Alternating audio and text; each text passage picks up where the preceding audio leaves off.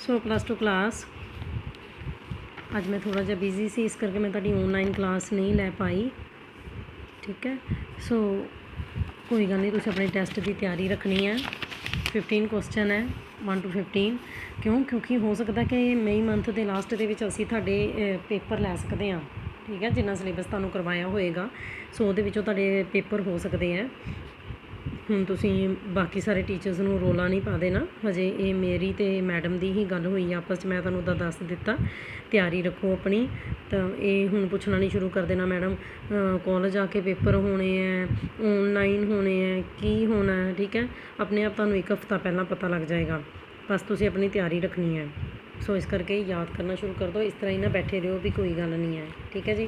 सो 15 question जोड़े है तुहानूं चैप्टर नंबर 2 के लर्न करने वास्ते कह दिते गए है ना। सो अज कोई ज़्यादा काम तो है नहीं, रिटन वर्क तुहानूं सैटरडे तक मिलिया होया। ओके, सो मेल रिप्रोडक्टिव सिस्टम खत्म सीगा, हुण अगे आ गया तुहाडे कोल फीमेल रिप्रोडक्टिव सिस्टम। इनू पढ़ाउण तो पहला, क्योंकि देखो मैं इहदे विच तुहानूं ओवरी के बारे च दसना, मैं टेबल बना के तुहानूं दस चुकी हुई हाँ पार्ट्स है ना। तो सब तो पहला मेन प्राइमरी सैक्स ऑर्गन जिहड़ा सीगा फीमेल के अंदर ओवरीज होंदियां ने। ठीक है, साइज़ ते फॉर्म जिहड़ी ओवरी की शेप जिहड़ी है एलमंड शेप। एलमंड की होंदे बदाम है ना, इन्ने क साइज़ की इन्ने क शेप की उस तरह की शेप की ओवरी जिहड़ी हुंदी है। लैंथ ठीक है वाइज जिहड़ी है 4 to 4 सेंटीमीटर लंबी हुंदी है। चौड़ी कितनी हुंदी है ओवरी 2 सेंटीमीटर हुंदी है ना। तो मोटी कितनी है 1 सेंटीमीटर है ना। ये कि तुहानूं दिखाया होया, ये तुहानूं प्रैक्टिकल दे विच भी है। लॉन्गीट्यूडनल सैक्शन है ना, उदा इहनूं तुसीं ट्रांसफर सैक्शन भी मान सकते, पर इस तरीके दे नाल ओवरी पई है इदां कट्टिया नूं इदां। ठीक है, जिवें हदवाणे नूं असीं खड़ा करके नहीं कट्टांगे, लम्मे पा के जेकर असीं सेंटर दे विचों दी कट दांगे। ओके, ठीक है, इस तरीके दे नाल तुहानूं इधरों अंदरों दी ओवरी इस तरह की नज़र आएगी। सो ये पढ़ाउण तो पहला एक बार मैं तुहानूं पहला डायग्राम्स दिखाना चाहनी हाँ। इहदा भी आ की है, देखो ये फीमेल रिप्रोडक्टिव सिस्टम का मीडियन लॉन्गीट्यूडनल सैक्शन हैगा। ठीक है, सो मीडियन लॉन्गीट्यूडनल सैक्शन या फिर तुसीं साइड व्यू भी कह सकते हो है ना। सो इदां दा नज़र आएगा, जिवें उधर भी सीगा मेल दे विच भी सीगा ना साइड व्यू, जां ये मीडियन लॉन्गीट्यूडनल सैक्शन हैगा। आ फ्रंट व्यू, ये फीमेल रिप्रोडक्टिव सिस्टम का की है फ्रंट व्यू है। इतों तुहानूं ज़्यादा क्लैरिटी होएगी, तां ही मैं तुहानूं कहनी है कि फ्रंट व्यू ड्रा करना। जेकर तुहानूं पर्टिकुलरली कोई के नहीं ना कहा क्वेश्चन दे विच करन दे लई, तो फिर तुसीं फ्रंट व्यू ही ड्रा करो। तो पर प्रैक्टिस तुसीं दोनों की करनी है। आ ओवरीज, आ 2 ओवरीज हैगियां ने, उन्हां नूं किन्ने पकड़िया होया, आ फैलोपियन ट्यूब्स। अदे ते हत्थां वर्गे स्ट्रक्चर है, 2 हत्थां वर्गे स्ट्रक्चर, ये बाहां वर्गे स्ट्रक्चर, ये फैलोपियन ट्यूब्स है। फैलोपियन ट्यूब्स कित्थे जाके खुलदियां पईयां, यूट्रस। ओके, ध्यान नाल एक बारी देख लो, क्योंकि यूट्रस के भी किन्ने पार्ट है, फैलोपियन ट्यूब के भी बहुत पार्ट है। फैलोपियन ट्यूब के पार्ट मैं तुहानूं एक बारी बोल दिंनी हाँ। आह जिथे उंगलों वर्गे स्ट्रक्चर लगे हुए हैं ना, फिंबरे, इन्होंने असीं की कह दिंदे आ फिंबरे है ना, जिहड़े उंगलों वर्गे स्ट्रक्चर है। अगला पार्ट फैलोपियन ट्यूब का एम्पुला, इनफंडीबुलम एम्पुला, ये कभी नहीं तुसीं सुने हुए, 10th क्लास दे विच सी पर डिटेल नहीं सी। इस्थमस, ओके, ठीक है। अगला पार्ट क्या है, फैलोपियन ट्यूब का इस्थमस। तो फैलोपियन ट्यूब जिथे यूट्रस च जाके खुल जाती है, आ सारा यूट्रस है ना। इत्थे बच्चा जिहड़ा हैगा उत्थे 9 मंथ इत्थे रहिंदा। यूटेराइन पार्ट, फैलोपियन ट्यूब जिथे यूट्रस च जाके खुल गई उन्होंने की कहोगे, यूटेराइन पार्ट। तो ये तिन्ने फिंबरे, एम्पुला, इस्थमस ते यूटेराइन पार्ट, ये फैलोपियन ट्यूब के पार्ट्स हैगे है। समझते पे हो, आ फैलोपियन ट्यूब इत्थे भी मार्क किया होया। आ यूट्रस का जिहड़ा पार्ट जिहड़ा हैगा थोड़ा जिहा उच्चा होया पिया, इनू फंडस ऑफ यूट्रस कहते हैं। नाम किदां दे है, ओवरी है ना, ओवेरियन लिगामेंट नहीं। ठीक है, ओवरी जिहड़ी हैगी है जुड़ी हुई है फैलोपियन ट्यूब के नाल। समझते हो, नैचुरली थले जिहड़ा पैल्विक गर्डन फीमेल का नीचे वाला हिस्सा उत्थे हुंदा है ना, उहदा सैक्स ऑर्गनस जिहड़े हुंदे है ना, ओवरी। देखो ओवेरियन लिगामेंट्स की मदद के नाल फैलोपियन ट्यूब ते यूट्रस के नाल जुड़ी हुई है ओवरी है ना। होर तुहानूं दस देते हैं काफ़ी ब्रॉड लिगामेंट्स। ठीक है, जिन्होंने की कहते हैं मीजोमीट्रीयम। ये अगे जाके मैं बोल के भी तुहानूं पढ़ाना ना, इस करके मैं तुहानूं डायग्राम दे विच दिखा रही हाँ। हुण जिहड़ा पूरा सिस्टम है बॉडी च थल्लड़े हिस्से च जुड़िया पिया ना, तो लिगामेंट्स की मदद के नाल जुड़िया होया। ब्रॉड लिगामेंट्स है जिन्होंने की कहते मीजोमीट्रीयम। ओके, ठीक है सर। आ पूरी यूट्रस की बॉडी है, ये पूरा यूट्रस है। ओके, ये ओवरीज है। आ देखो ओवरीज जड़ियाँ हैगियां बॉडी दे नाल, ठीक है, यूट्रस दे नाल, फैलोपियन ट्यूब दे नाल जुड़ियां हुई किहदे द्वारा। आ देखो मैं तुहानूं एक बारी इधर नूं भी करके दिखा दिंदी हाँ ना, मीजोसैल्पनिक्स, मीजोवेरियम, ਓਕੇ। ਇਹਨਾਂ ਦੀ ਹੈਲਪ ਦੇ ਨਾਲ ਓਵਰੀ ਜਿਹੜੀ ਹੈਗੀ ਆ ਬੋਡੀ ਦੇ ਵਿੱਚ ਜੁੜੀ ਹੋਈ ਹੈ। ਐਂਡੋਮੀਟਰੀਅਮ ਯੂਟਰਸ ਦੀ ਬਹੁਤ ਇੰਪੋਰਟੈਂਟ ਲਾਈਨਿੰਗ ਹੈ ਨਾ, ਬਹੁਤ ਹੈਲਪ ਕਰਦੀ ਹੈਗੀ ਆ ਜਦੋਂ ਇੱਥੇ ਬੱਚਾ ਠਹਿਰ ਜਾਂਦਾ, ਜਾਂ ਫਿਰ ਜਦੋਂ ਬੱਚਾ ਨਹੀਂ ਠਹਿਰਦਾ ਤਾਂ ਫਿਰ ਮੈਂਸਿਸ ਦੇ ਵਿੱਚ ਇਹ ਲੇਅਰ ਬਾਹਰ ਨਿਕਲ ਆਉਂਦੀ ਹੈ ਨਾ, ਠੀਕ ਹੈ। ਅੱਛਾ, ਫੀਮੇਲ ਦੇ ਅਗਲੇ ਪਾਰਟਸ ਕਿਹੜੇ ਆ ਗਏ? ਹੋ ਗਿਆ ਸਾਰਾ ਯੂਟਰਸ। ਓਕੇ, ਅੱਗੇ ਤੁਹਾਡੇ ਕੋਲ ਆ ਗਿਆ ਇਸਥਮਸ। ਆ ਇੱਕ ਛੋਟਾ ਜਿਹਾ ਪਾਰਟ ਹੈਗਾ, ਬੁੱਕ ਤੁਹਾਡੇ ਕੋਲ ਹੈ ਹੀ ਹੈ, ਇਸਥਮਸ। ਓਕੇ, ਅੱਛਾ, ਫਿਰ ਵਜਾਈਨਾ ਜਿਹੜੀ ਹੈਗੀ ਆ ਬਾਹਰ ਖੁੱਲ ਜਾਂਦੀ ਹੈ, ਠੀਕ ਹੈ। ਇੰਟਰਨਲ ਓਸ ਇੱਕ ਓਪਨਿੰਗ ਹੈ। ਸਰਵਿਕਸ ਜਿਹੜੀ ਹੈਗੀ ਹੈ, ਠੀਕ ਹੈ, ਸਰਵਿਕਸ ਆਫ ਯੂਟਰਸ ਹੈ ਨਾ, ਇੱਥੇ ਛੋਟੀ ਜਿਹੀ ਓਪਨਿੰਗ ਪ੍ਰੈਜੈਂਟ ਹੈਗੀ ਹੈ ਸਰਵਿਕਸ, ਠੀਕ ਹੈ, ਬਾਹਰ ਵਜਾਈਨਾ, ਠੀਕ ਹੈ। ਐਕਸਟਰਨਲ ਓਸ ਇੱਕ ਸੀਗਾ, ਇੰਟਰਨਲ ਓਸ ਹੈ ਨਾ, ਇੱਕ ਹੈ ਤੁਹਾਡੇ ਕੋਲ ਐਕਸਟਰਨਲ ਓਸ। ਵਜਾਈਨਾ ਇਹਦੀ ਮਦਦ ਦੇ ਨਾਲ ਬਾਹਰ ਨੂੰ ਖੁੱਲ ਜਾਂਦੀ ਹੈ। ਓਕੇ, ਇੱਕ ਪੁਆਇੰਟ ਹੈਗਾ ਫੋਰਨਿਕਸ, ਆ ਸਕਿਨ ਜੀ ਪ੍ਰੈਜੈਂਟ ਹੈਗੀ ਬਾਹਰਲੇ ਪਾਸੇ, ਇਹਨੂੰ ਕਹਿੰਦੇ ਫੋਰਨਿਕਸ।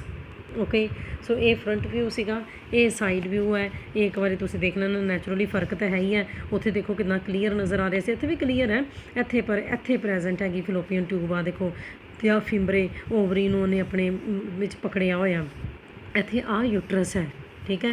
ਸੋ ਇਹ ਕਾਲੇ ਰੰਗ ਦੀ ਸਾਰੀ ਕੀ ਹੈ? ਵਜਾਈਨਾ ਓਪਨਿੰਗ ਜਿਹੜੀ ਹੈਗੀ ਹੈ ਨਾ, ਸਰਵਿਕਸ। ਓਕੇ, ਆ ਰੈਕਟਮ, ਆ ਪਿਛਲਾ ਹਿੱਸਾ ਜਿਹੜਾ ਹੈਗਾ, ਸਮਝਦੇ ਪਿਓ, ਠੀਕ ਹੈ। ਰੈਕਟਮ, ਆ ਯੂਟਰਸ ਹੋ ਗਿਆ, ਠੀਕ ਹੈ। ਸਿਲੋਮ ਖਾਲੀ ਜਗ੍ਹਾ ਇੱਥੇ ਪ੍ਰੈਜੈਂਟ ਹੈਗੀ ਹੈ। ਯੂਰੀਨਰੀ ਬਲੈਡਰ ਫੀਮੇਲ ਦੇ ਵਿੱਚ ਹੈ ਨਾ, ਇੱਕ ਪਿਊਬਿਕ ਬੋਨ ਪ੍ਰੈਜੈਂਟ ਹੈਗੀ ਹੈ। ਆ ਯੂਰੀਥਰਾ, ਜਿੱਥੋਂ ਯੂਰੀਨ ਬਾਹਰ ਆਉਣਾ ਹੈ, ਕਿਉਂਕਿ ਮੈਂ ਤੁਹਾਨੂੰ ਫੀਮੇਲ ਦੇ ਵਿੱਚ ਦੱਸਿਆ ਹੋਇਆ ਨਾ, ਯੂਰੀਨ ਅਲੱਗ ਜਗ੍ਹਾ ਤੋਂ ਆਉਂਦਾ ਅਤੇ ਮੈਂਸਟਰਲ ਫਲੋ ਲੇਡੀਜ਼ ਦੇ ਵਿੱਚ ਅਲੱਗ ਜਗ੍ਹਾ ਤੋਂ ਆਉਂਦਾ। ਮੈਂਸਟਰਲ ਫਲੋ ਜਿਹੜਾ ਹੈਗਾ ਉਹ ਵਜਾਈਨਾ ਤੋਂ ਆ ਰਿਹਾ, ਪਰ ਯੂਰੀਨ ਕਿੱਥੋਂ ਦੀ ਆ ਰਿਹਾ? ਯੂਰੀਥਰਾ ਚੋਂ। ਓਕੇ, ਠੀਕ ਹੈ। ਸੋ ਇਹ ਹੇਅਰਸ ਹੈ ਨਾ, ਠੀਕ ਹੈ। ਇਸੇ ਤਰੀਕੇ ਦੇ ਨਾਲ ਹੋਰ ਸਟਰਕਚਰ ਪ੍ਰੈਜੈਂਟ ਹੈਗੇ ਆ, ਹਾਈਮਨ ਹੈ ਨਾ, ਠੀਕ ਹੈ। ਸੋ ਇਹ ਹਾਈਮਨ ਦੱਸਾਂਗੇ ਕੀ ਹੁੰਦੀ ਹੈ। ਲੇਬੀਅਮ ਮੇਜਸ, ਠੀਕ ਹੈ। ਲੇਬੀਅਮ ਮਾਈਨਸ, ਠੀਕ ਹੈ। ਕਲਾਈਟੋਰਿਸ ਇੱਕ ਛੋਟਾ ਜਿਹਾ ਮੇਲ ਦੇ ਪੈਨਿਸ ਵਰਗਾ ਇੱਕ ਸਟਰਕਚਰ ਪ੍ਰੈਜੈਂਟ ਹੁੰਦਾ, ਕਲਾਈਟੋਰਿਸ। ਓਕੇ, ਠੀਕ ਹੈ। ਅਤੇ ਬਾਹਰ ਵਾਲੀ ਜਿਹੜੀ ਮੈਂਬਰੇਨ ਹੈਗੀ ਉਹਨੂੰ ਕੀ ਕਹਿੰਦੇ ਆ? ਮੋਨਸ, ਠੀਕ ਹੈ, ਵੈਨਰਿਸ, ਠੀਕ ਹੈ ਜੀ। ਸੋ ਹੁਣ ਆ ਜਾਈਏ ਫਿਰ ਅਸੀਂ ਡਿਟੇਲ ਦੇ ਵਿੱਚ, ਠੀਕ ਹੈ। ਹੁਣ ਫੀਮੇਲ ਰਿਪਰੋਡਕਟਿਵ ਸਿਸਟਮ ਪੜ੍ਹਨ ਚਾਹ ਰਹੇ, ਜਿਹਦੇ 'ਚ ਤੁਹਾਨੂੰ ਸਭ ਤੋਂ ਪਹਿਲਾਂ ਓਵਰੀ ਉਹਦੇ ਸਾਈਜ਼ ਦੇ ਬਾਰੇ 'ਚ ਦੱਸ ਦਿੱਤਾ, ਹੁਣ ਮੈਂ ਉਹਦੀ ਲੋਕੇਸ਼ਨ ਤੁਹਾਨੂੰ ਦੱਸਣ ਲੱਗੀ ਹਾਂ, ਹੈ ਨਾ। ਸੋ ਜਿਹੜੀਆਂ ਓਵਰੀਜ਼ ਹੁੰਦੀਆਂ ਨੇ, ਐਬਡੋਮਨ ਤੁਹਾਨੂੰ ਪਤਾ ਨੀਚੇ ਵਾਲਾ ਹਿੱਸਾ ਐਬਡੋਮਨ ਹੁੰਦਾ, ਉਹਦੇ ਲੋਅਰ ਪਾਰਟ ਦੇ ਵਿੱਚ ਹੁੰਦੀਆਂ ਨੇ ਬਰੋਡ ਲਿਗਾਮੈਂਟਸ ਜਿਹੜੇ ਹੁੰਦੇ ਆ, ਜਿਹੜੇ ਕਿ ਕਾਹਦੇ ਬਣੇ ਹੁੰਦੇ ਆ? ਚੌੜੇ ਚੌੜੇ ਲਿਗਾਮੈਂਟਸ ਹੁੰਦੇ ਆ, ਜਿਹੜੇ ਕਿ ਡਬਲ ਫੋਲਡ ਆਫ ਪੈਰੀਟੋਨੀਅਮ, ਜਿਹਨੂੰ ਕੀ ਕਹਿੰਦੇ? ਮੀਜ਼ੋਵੇਰੀਆ। ਹੁਣ ਤੁਸੀਂ ਡਾਇਗਰਾਮ ਦੇ ਵਿੱਚ ਖੁਦ ਦੇਖ ਸਕਦੇ ਹੋ, ਹੈ ਨਾ। ਹਰ ਇੱਕ ਓਵਰੀ ਜਿਹੜੀ ਹੁੰਦੀ ਹੈ ਓਵੇਰੀਅਨ ਲਿਗਾਮੈਂਟਸ ਦੀ ਮਦਦ ਦੇ ਨਾਲ ਯੂਟਰਸ ਨਾਲ ਜੁੜੀ ਹੁੰਦੀ ਹੈ, ਠੀਕ ਹੈ ਜੀ। ਅਤੇ ਹੋਰ ਸਸਪੈਂਸਰੀ ਲਿਗਾਮੈਂਟਸ ਦੀ ਮਦਦ ਦੇ ਨਾਲ ਕਿਹਦੇ ਨਾਲ ਜੁੜੀ ਹੁੰਦੀ ਹੈ? ਪੈਲਵਿਕ ਵਾਲ ਦੇ ਨਾਲ, ਤੁਹਾਡੀ ਬੋਡੀ ਦੇ ਨਾਲ ਵੀ ਜੁੜੀ ਹੁੰਦੀ। ਇੱਕ ਤਾਂ ਯੂਟਰਸ ਦੇ ਨਾਲ ਜੁੜੀ ਹੁੰਦੀ ਓਵਰੀ, ਅਤੇ ਇੱਕ ਤੁਹਾਡੀ ਬੋਡੀ ਦੇ ਵਿੱਚ ਵੀ ਤਾਂ ਕਿਤੇ ਨਾ ਕਿਤੇ ਜੁੜੀ ਹੋਈ ਹੈ ਨਾ, ਤੁਹਾਡੇ ਪੈਲਵਿਕ ਵਾਲ ਦੇ ਨਾਲ, ਥਰੜੇ ਹਿੱਸੇ ਦੇ ਨਾਲ। ਉਹ ਉੱਥੇ ਕਿਹਦੇ ਨਾਲ ਜੁੜੀ ਹੋਈ ਹੈ? ਸਸਪੈਂਸਰੀ ਲਿਗਾਮੈਂਟਸ ਦੀ ਮਦਦ ਦੇ ਨਾਲ। ਅਤੇ ਓਵੇਰੀਅਨ ਲਿਗਾਮੈਂਟਸ ਦੀ ਮਦਦ ਦੇ ਨਾਲ ਓਵਰੀ ਕਿਹਦੇ ਨਾਲ ਜੁੜੀ ਹੋਈ ਹੈ? ਯੂਟਰਸ ਦੇ ਨਾਲ। ਰੋਲ ਉਹੀ, ਠੀਕ ਹੈ, ਟੈਸਟਿਸ ਦੀ ਤਰ੍ਹਾਂ ਇਹਦੇ ਵੀ ਦੋ ਤਰ੍ਹਾਂ ਦੇ ਰੋਲ ਹੈ। ਉਹਨਾਂ ਨੂੰ ਬੱਚੇ ਅਸੀਂ ਕਹਿ ਦਿੰਦੇ ਹਾਂ ਐਕਸੋਕਰਾਈਨ ਅਤੇ ਐਂਡੋਕਰਾਈਨ ਰੋਲ, ਹੈ ਨਾ। ਐਕਸੋਕਰਾਈਨ ਰੋਲ ਹੈਗਾ ਕਿ ਗਮੀਟ ਪ੍ਰੋਡਿਊਸ ਕਰਨਾ, ਅਤੇ ਕਿਹੜਾ ਗਮੀਟ ਪ੍ਰੋਡਿਊਸ ਕਰਦੀ ਹੈ ਓਵਰੀ? ਓਵਾ। ਐਂਡੋਕਰਾਈਨ ਰੋਲ ਕੀ ਹੈ? ਸੈਕਸ ਹਾਰਮੋਨਸ ਪ੍ਰੋਡਿਊਸ ਕਰਨਾ, ਹੈ ਨਾ, ਜਿਵੇਂ ਕਿ ਐਸਟ੍ਰੋਜਨ, ਪ੍ਰੋਗੈਸਟਰੋਨ। ਓਕੇ, ਮੀਨੋਪਾਜ਼ ਤੋਂ ਬਾਅਦ ਓਵਰੀਜ਼ ਜਿਹੜੀਆਂ ਹੈਗੀਆਂ ਉਹਨਾਂ ਦਾ ਸਾਈਜ਼ ਘਟਣਾ ਸ਼ੁਰੂ ਹੋ ਜਾਂਦਾ, ਉਹਦੇ ਅੰਦਰੋਂ ਫੋਲੀਕਲਸ ਦੱਸਦੀਆਂ। ਜਦੋਂ ਓਵਰੀ ਡਿਟੇਲ 'ਚ ਪੜ੍ਹਾਉਣੀ ਹੈ ਨਾ, ਕਿਉਂਕਿ ਇਹੀ ਤਾਂ ਮੇਨ ਸੈਕਸ ਔਰਗਨ ਹੈ ਫੀਮੇਲ ਦਾ, ਤਾਂ ਉਹਦੇ ਅੰਦਰੋਂ ਦੀ ਫੋਲੀਕਲਸ ਖਤਮ ਹੋਣੀਆਂ ਸ਼ੁਰੂ ਹੋ ਜਾਂਦੀਆਂ। ਤਾਂ ਫੀਮੇਲ ਸੈਕਸ ਹਾਰਮੋਨ ਕਿਹੜੇ ਹੈ? ਐਸਟ੍ਰੋਜਨ ਐਂਡ ਪ੍ਰੋਗੈਸਟਰੋਨ, ਹੈ ਨਾ। ਸੋ ਇਹ ਓਵਰੀ ਦਾ ਸਟਰਕਚਰ। ਸੋ ਸਟਰਕਚਰ ਦੇ ਵਿੱਚ ਰੋਲ ਤੁਹਾਨੂੰ ਪਤਾ ਲੱਗਿਆ। ਸਟਰਕਚਰ ਓਵਰੀਜ਼ ਜਿਹੜੀਆਂ ਹੈਗੀਆਂ ਕੀ ਹੈ? ਸੋਲਿਡ ਔਰਗਨਸ ਹੈ, ਕਨੈਕਟਿਵ ਟਿਸ਼ੂ ਦੇ ਬਣੇ ਹੋਏ, ਜਿਹਨੂੰ ਕਿ ਕੀ ਕਹਿੰਦੇ? ਸਟੋਮਾ। ਸਟੋਮਾ ਦੇ ਆਲੇ ਦੁਆਲੇ ਇੱਕ ਲੇਅਰ ਪ੍ਰੈਜੈਂਟ ਹੈਗੀ ਆ ਕੁਬੋਇਡ ਸ਼ੇਪ ਸੈਲਸ ਦੀ, ਜਿਹਨੂੰ ਕਹਿੰਦੇ ਨੇ ਜਰਮੀਨਲ ਐਪੀਥੀਲੀਅਮ। ਉਹਦੇ ਤੋਂ ਬਾਅਦ ਇੱਕ ਲੇਅਰ ਪ੍ਰੈਜੈਂਟ ਹੈਗੀ ਹੈ ਬਿਲਕੁਲ ਫਲੈਟ ਸੈਲਸ ਦੀ, ਜਿਨ੍ਹਾਂ ਨੂੰ ਕੀ ਕਹਿੰਦੇ ਹੁੰਦੇ ਆ? ਵਿਸਸੀਰਲ ਪੈਰੀਟੋਨੀਅਮ। ਦੇਖੋ ਇੱਕ ਪੈਰਾਗ੍ਰਾਫ ਦੇ ਅੰਦਰ ਹੀ ਕਿੰਨੀਆਂ ਟਰਮਸ ਆ ਜਾਂਦੀਆਂ, ਤਾਂ ਤੁਸੀਂ ਜਿਨ੍ਹਾਂ ਨੇ ਪਹਿਲੀ ਵਾਰੀ ਸੁਣਨਾ, ਪਹਿਲੀ ਵਾਰੀ ਪੜ੍ਹਨਾ, ਅਤੇ ਇੱਕ ਵਾਰੀ ਦੇ ਵਿੱਚ ਹੀ ਥੋੜ੍ਹੀ ਆ ਜਾਣਾ। ਸਾਨੂੰ ਇੰਨੇ ਸਾਲ ਹੋ ਗਏ ਪੜ੍ਹਾਉਂਦਿਆਂ ਨੂੰ, ਤਾਂ ਵੀ ਸਾਨੂੰ ਦੇਖ ਕੇ ਟੌਪਿਕ ਫੇਰ ਪੜ੍ਹਾਉਣਾ ਪੈਂਦਾ, ਵੀ ਪਹਿਲਾਂ ਪੜ੍ਹ ਕੇ ਖੁਦ, ਠੀਕ ਹੈ ਨਾ। ਸੋ ਇਸ ਕਰਕੇ ਤੁਹਾਨੂੰ ਬਹੁਤ ਮਿਹਨਤ ਕਰਨੀ ਪੈਣੀ ਹੈ। ਆਹ ਸਾਰਾ ਸਟੋਮਾ ਪੋਰਸ਼ਨ ਹੈ, ਆ ਜੋ ਡੋਟਡ ਸਾਰਾ ਬਣਾਇਆ ਹੋਇਆ ਨਾ, ਇਹਨੂੰ ਸਟੋਮਾ ਕਹਿੰਦੇ ਆ। ਆ ਦੇਖੋ ਆ ਲੇਬਲਿੰਗ ਕੀਤੀ ਹੋਈ ਆ, ਆ ਛੋਟੇ ਸੈੱਲ, ਆ ਦੇਖੋ ਆ ਜਿਹੜੇ ਗੋਲ ਨਿੱਕੇ ਸੈੱਲ ਆਉਂਦੇ ਪਏ ਨਜ਼ਰ ਤੁਹਾਨੂੰ, ਇਹ ਜਰਮੀਨਲ ਐਪੀਥੀਲੀਅਮ ਹੈ। ਇਹ ਸੈੱਲ ਕਿਊਬੋਇਡ ਸ਼ੇਪ ਹੈ ਅਤੇ ਉਹਦੇ ਤੋਂ ਬਾਹਰ ਠੀਕ ਹੈ ਇੱਕ ਜਿਹੜੀ ਪਤਲੀ ਜਿਹੀ ਲੇਅਰ ਪ੍ਰੈਜੈਂਟ ਹੈ ਉਹਨੂੰ ਕਹਿੰਦੇ ਆ ਪੈਰੀਟੋਨੀਅਮ। ਵਿਸ ਸੀਰੀਅਲ ਇਸ ਨਾ ਔਰਗਨਸ ਬਣਦੇ ਆ ਨਾ, ਸੋ ਇਸ ਕਰਕੇ ਵਿਸ ਸੀਰੀਅਲ। ਸਟੋਮਾ ਜਿਹੜਾ ਹੈਗਾ ਹੁਣ ਉਹਦੇ ਵੀ 2 ਪਾਰਟ ਹੈ, ਠੀਕ ਹੈ। ਸੋ ਜਿਹੜਾ ਤਾਂ ਅੰਦਰ ਵਾਲਾ ਪਾਰਟ ਹੁੰਦਾ, ਠੀਕ ਹੈ, ਉਹਨੂੰ ਕਹਿ ਦਿੰਦੇ ਆ ਮੈਡੂਲਾ, ਓਵੇਰੀਅਨ ਮੈਡੂਲਾ, ਜਿਹੜਾ ਥੋੜ੍ਹਾ ਅੰਦਰ ਪਾਰਟ ਹੁੰਦਾ, ਸਮਝਦੇ ਪਏ ਹੋ, ਠੀਕ ਹੈ। ਅਤੇ ਜਿਹੜਾ ਬਾਹਰ ਹੁੰਦਾ ਕੁਛ ਵੀ ਨਹੀਂ, ਉਹਨੂੰ ਕਹਿ ਦਿੰਦੇ ਆ ਓਵੇਰੀਅਨ ਕੋਟੈਕਸ। ਕੋਈ ਇੰਨੀ ਗੱਲ ਨਹੀਂ ਹੈ। ਸਟੋਮਾ ਦੇ 2 ਪਾਰਟ ਹੈ, ਬਾਹਰ ਵਾਲਾ ਹਿੱਸਾ ਜਿਹੜਾ ਹੈਗਾ, ਠੀਕ ਹੈ, ਓਵੇਰੀਅਨ ਕੋਟੈਕਸ, ਅਤੇ ਜੋ ਸੈਂਟਰ ਵਾਲਾ ਹਿੱਸਾ ਹੈਗਾ ਉਹਨੂੰ ਕਹਿ ਦਿੰਦੇ ਓਵੇਰੀਅਨ ਮੈਡੂਲਾ। ਓਕੇ, ਸੋ ਓਵੇਰੀਅਨ ਮੈਡੂਲਾ ਦੇ ਅੰਦਰ ਸਭ ਤੋਂ ਇੰਪੋਰਟੈਂਟ ਗੱਲ ਹੁਣ ਆਉਣ ਲੱਗੀ ਹੈ, ਬਹੁਤ ਸਾਰੀਆਂ ਓਵਲ ਸ਼ੇਪ ਜਾਂ ਫਿਰ ਰਾਊਂਡ ਸ਼ੇਪ, ਠੀਕ ਹੈ, ਕੁਛ ਬੋਡੀਜ਼ ਪ੍ਰੈਜੈਂਟ ਹੈਗੀਆਂ ਨੇ ਜਿਨ੍ਹਾਂ ਨੂੰ ਕੀ ਕਹਿ ਦਿੰਦੇ ਓਵੇਰੀਅਨ ਔਰ ਦਾ ਗ੍ਰਾਫੀਅਨ ਫੋਲੀਕਲਸ।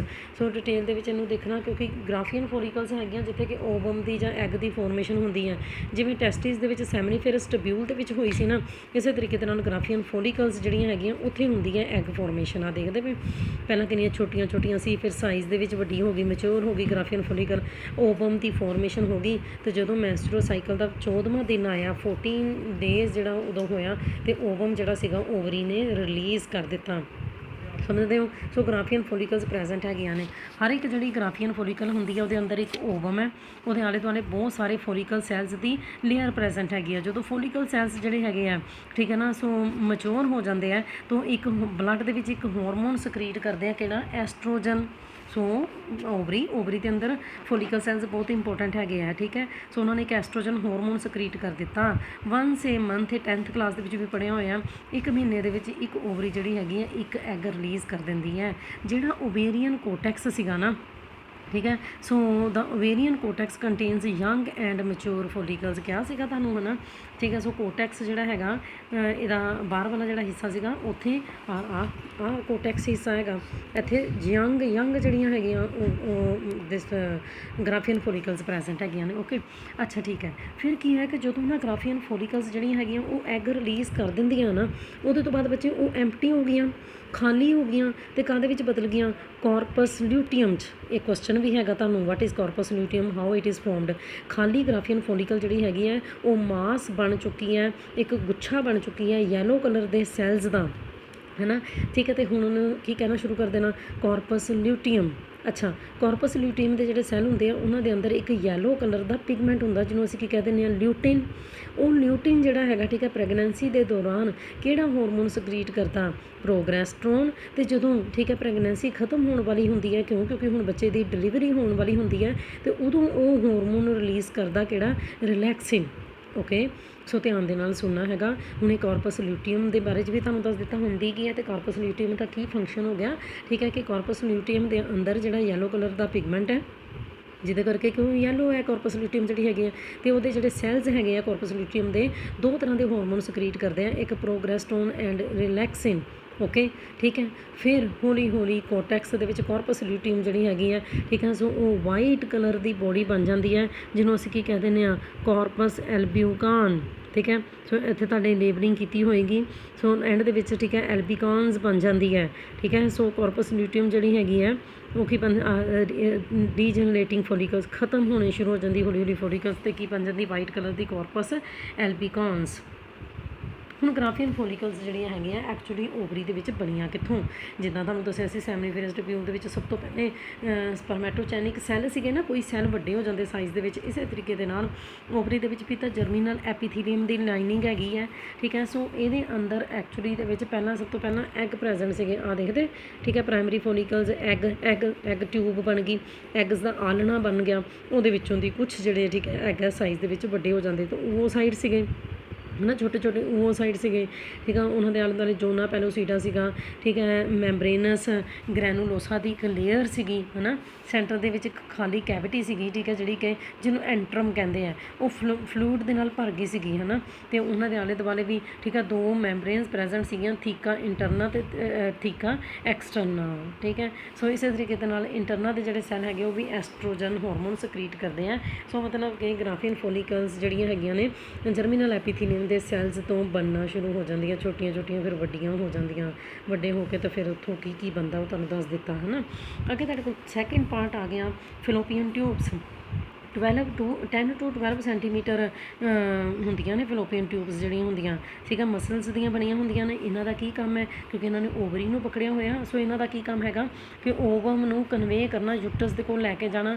ਫਰਟੀਲਾਈਜੇਸ਼ਨ ਦੇ ਲਈ ਵੀ ਐਪਰੋਪ੍ਰੀਏਟ ਇਨਵਾਇਰਮੈਂਟ ਪ੍ਰੋਵਾਈਡ ਕਰਦੀਆਂ ਨੇ, ਓਕੇ, ਠੀਕ ਹੈ। ਸੋ ਫਿਲੋਪੀਅਨ ਟਿਊਬ ਵੀ ਸਪੋਰਟ ਕੀਤੀਆਂ ਜਾਂਦੀਆਂ ਹੈਗੀਆਂ ਕਿਹਦੇ ਦੁਆਰਾ, ਮੀਜ਼ੋਸਾਲਪਨਿਕਸ। ਇਹ ਮੈਂ ਤੁਹਾਨੂੰ ਟੇਢਾ ਕਰਕੇ ਫੋਨ ਦਿਖਾਇਆ ਵੀ ਹੈਗਾ, ਹੈ ਨਾ, ਠੀਕ ਹੈ। ਸੋ ਇਹ ਫਿਲੋਪੀਅਨ ਟਿਊਬ ਦੇ ਨਾਲ ਜੁੜੀਆਂ ਹੁੰਦੀਆਂ ਨੇ ਓਵਰੀਜ਼ ਜਿਹੜੀਆਂ ਹੈਗੀਆਂ ਮੀਜ਼ੋਸਾਲਪਨਿਕਸ ਦੀ ਮਦਦ ਦੇ ਨਾਲ। ਫਿਲੋਪੀਅਨ ਟਿਊਬ ਦੇ 4 ਹਿੱਸੇ ਮੈਂ ਤੁਹਾਨੂੰ ਦੱਸ ਦਿੱਤੇ।